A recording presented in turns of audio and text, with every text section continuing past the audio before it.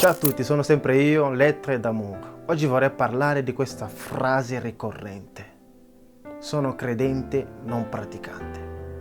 Che cosa significa? La parola di Dio dice questo, che colui che pratica la mia parola è come un albero piantato vicino ad una corrente d'acqua. E questo albero continua a dare frutto perché non si secca mai. Ok? E colui che dice che sono credente non praticante è come un albero di fico. Ti racconto una storia. Gesù Cristo aveva fame dopo che ha fatto i suoi digiuni, eccetera. Ha fatto l'evangelizzazione, tutto quello che doveva fare. Aveva fame e stava cercando un albero per poter mangiare qualcosa. E si è avvicinato a questo fico, albero di fico, che era bello di apparenza.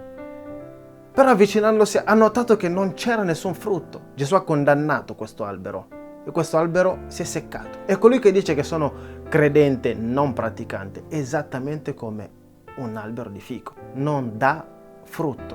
Mi spiego. Colui che dice sono credente non praticante, che cosa esattamente vuole dire? Forse vuol dire che non va in chiesa? Ok, allora dico questo. Puoi essere credente e non andare in chiesa, ma sei un credente comunque praticante. Certo, andare in chiesa è importante. Ho già girato un video sull'importanza della comunità, ma lascerò un link qua sopra da qualche parte, così almeno potrai andare a cliccare e vedere esattamente di che cosa sto parlando. Colui che dice che è credente non praticante, come ho detto prima, è come un albero di fico. Il suo destino è quello di seccare. Ma colui che pratica la parola di Dio è come un albero vicino ad una corrente d'acqua, continua a dare frutto, continua a dare frutto. Tu puoi essere credente e non andare in chiesa, ma fai del Vangelo la tua parola, fai del Vangelo la tua guida, fai della parola di Dio la tua guida, il tuo orientamento, perché puoi fare del bene anche se non vai in chiesa. Il Signore non guarda quante volte tu vai in chiesa, ma il Signore guarda come ti applichi nel fare ciò che dice la parola di Dio. Perché tu puoi andare in chiesa ed essere più peccatore di coloro che non ci vanno. Puoi dire che sì, io vado in chiesa tutti i giorni, ma sei una cattiva persona. Puoi dire che vai in chiesa tutti i giorni, però non offri mai. Puoi dire che vai in chiesa tutti i giorni, ma non hai lo spirito del perdono. Puoi dire che vai in chiesa tutti i giorni, ma sei avaro, sei acido.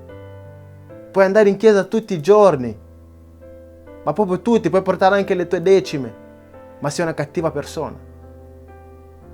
Dio non guarda quante volte vai in chiesa, ma Dio guarda quante volte tu pratichi la sua parola. Perché praticando la sua parola, che Egli ti riconosce che sei suo figlio. Andare in chiesa è importante, è buono, devi andare in chiesa. Ma la cosa più importante è praticare la sua parola. Dio dice non rubare, non rubare. Dice non concupire, non concupire. Dice sii più gentile con le altre persone, sii più gentile con le altre persone. Questo è praticare la parola di Dio. Quindi se sei credente non praticante, è una frase che trovo senza senso. Se sei credente, vuol dire che pratichi la parola di Dio, perché credi in ciò che c'è scritto nella parola di Dio. E quindi credendo in quello che c'è scritto, tu pratichi perché ci credi. E se sei credente non praticante, vuol dire che non praticando non credi a ciò che c'è scritto nella parola. Non so se hai capito. Quindi, non dire più che sei credente non praticante. Di che credi alla parola di Dio e pratichi ciò che c'è scritto. Altrimenti non sei un credente, altrimenti non sei cristiano. Questa era la mia piccola esortazione che avevo da farti, per cui che Dio ti benedica e pratica la parola di Dio. Non dire più che sei un credente non praticante. Se sei credente, pratichi la parola di Dio. Che il Signore ci benedica tutti e ciao!